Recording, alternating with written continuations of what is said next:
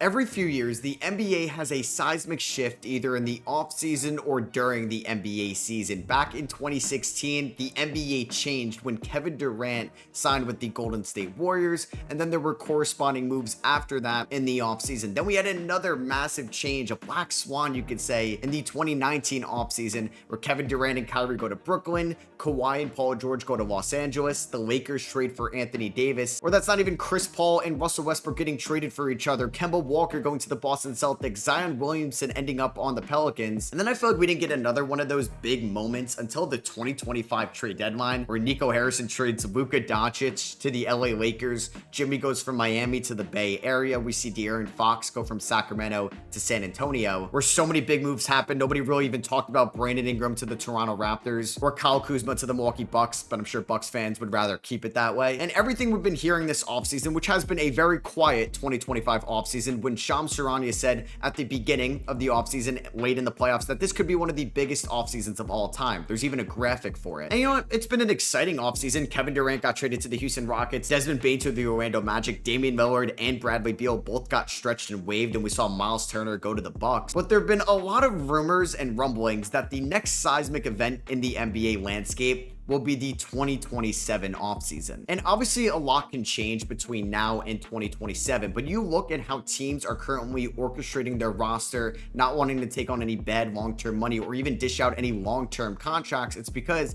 they have their eyes set on the 2027 free agency period, and pretty much the free agency or trade period only. It does look like the 2027 NBA draft could be a down year, but who knows? People said that about the 2020 draft, and I don't think anything could be worse on the surface level than 2024. There still ended up being good players from that draft class. And obviously guys can re-sign between now and then, but when you look at who's a free agent in 2027, Steph Curry will be an unrestricted free agent. Giannis Antetokounmpo can be an unrestricted free agent as well. He can opt out of his player option.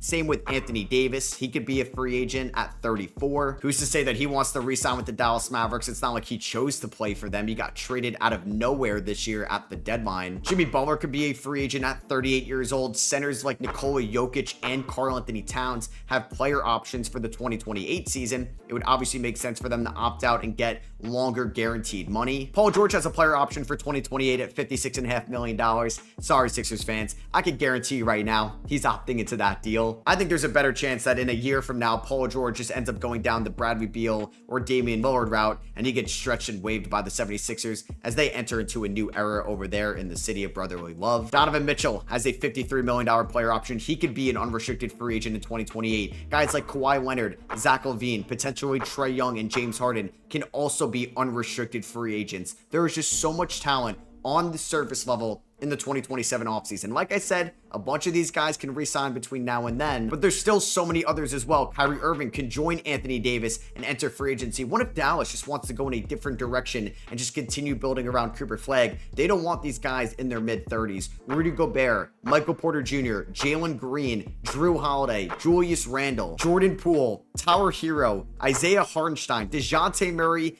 Andrew Wiggins, RJ Barrett, Draymond Green, DeMar DeRozan, Miles Bridges, Cam Johnson, DeAndre Hunter, Josh Hart, Malik Monk can all be free agents in the summer of 2027. Heck, even Lou Dort could be a free agent as well. And plenty of other good role players will hit the market. Like I said, some will already be signed by then, but everybody has their eyes set on 2027. There's been rumors coming out of the Clippers camp that they just don't want any long-term contracts on their books outside of Ivica Zubac because they want to have an open cap sheet for 2027. They want to move on from Kawhi Leonard, especially after the whole aspiration fiasco and scandal this offseason, and they want to bring in new talent to Los Angeles into the Intuit Dome under Steve Ballmer, so they could go after Giannis, Jokic. That's apparently what they want to do. Same with Golden State. There's a reason why they don't want to give Jonathan Kuminga a long-term guaranteed contract, because they're going to have Steph and Jimmy be free agents in 2027 with Draymond Green. And hey, if Steph's still around, they can get him another co-star who's a lot better than Jonathan Kuminga. Maybe Steph can convince Giannis or Jokic or somebody like that to come to the Bay Area and try to have one last dance before Steph retires. Those two teams have been actually on the record to not want any long-term deals this offseason, along with the LA Lakers. The Lakers could easily trade future first-round picks and expiring contracts right now to get good talent, but they don't really want an Andrew Wiggins because they want to have a max cap sheet available to pair up with Luka Doncic after that offseason. Because Luka could be a free agent after the 2028 season, Austin Reeves could be a free agent that offseason as well, but he has a player option for 2027. He's not going to opt into that. I expect Austin Reeves to sign a long-term deal. I don't think it's going to be with the Lakers. I think he's going to move on after this year.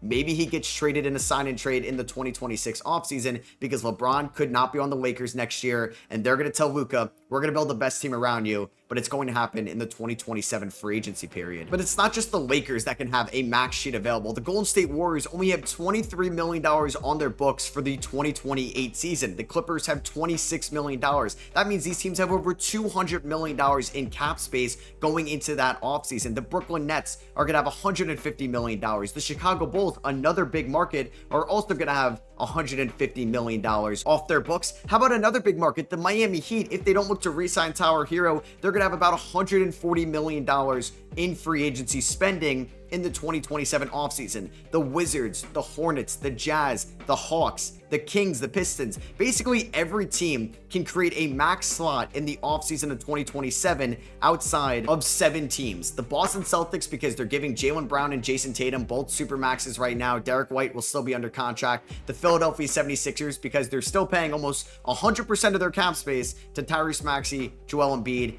and Paul George. The Minnesota Timberwolves are still going to be a pretty expensive team, but they can create some cap if they just renounce the cap holds of Rudy Gobert and Julius Randle. So it's really just Anthony Edwards, Jaden McDaniels, and Naz Reid under contract. The Cleveland Cavaliers are still going to have a very expensive cap sheet because Garland, Allen, and Mobley will still be under contract. The Magic, the Knicks, and the Thunder aren't going to have cap space either. The Knicks can create a little bit if Karl-Anthony Towns opts out. He's a name we mentioned earlier. So it just feels like it's going to be an arms race in that 2027 free agency period. We saw how the limited cap space affected the 2025 free agency, especially for restricted free agents. Guys like Cam Thomas did not get the deals they wanted. He had to sign the qualifying offer, which is really crazy. We're still seeing the Jonathan Kuminga and Quentin Grimes situations drag out until the back half of September. Josh Giddey took probably a below market deal that he thought he was going to get if there were maybe some teams bidding for him at the start of free agency. And with the recent CBA, we've also seen players just sign the extension when they're extension eligible and then later request a trade. We've seen KD do that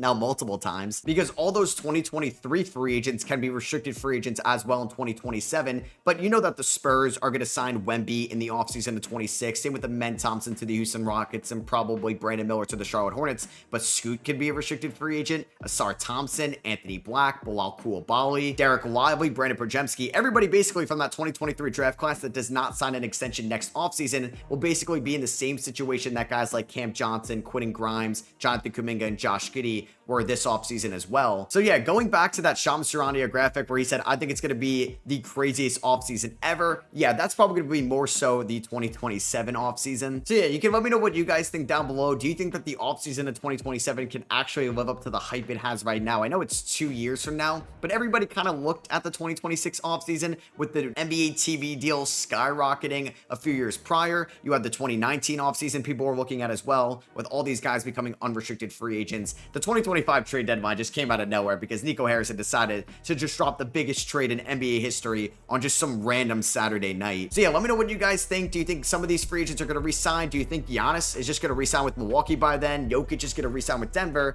But it also makes sense for them to hit unrestricted free agency because then they can get the full 5-year supermax or the largest deal possible from their teams. That's why we may not see Trae Young sign an extension this offseason, but sign one in the 2026 free agency period. Let me know what you guys think down below. Drop a thumbs up if you guys did enjoy. Subscribe if you're not already because we're going to have a ton of NBA content, draft content as well, come out throughout the NBA season. And it's starting up very quickly. It's going to be here before we know it. I'll catch you guys in the next one.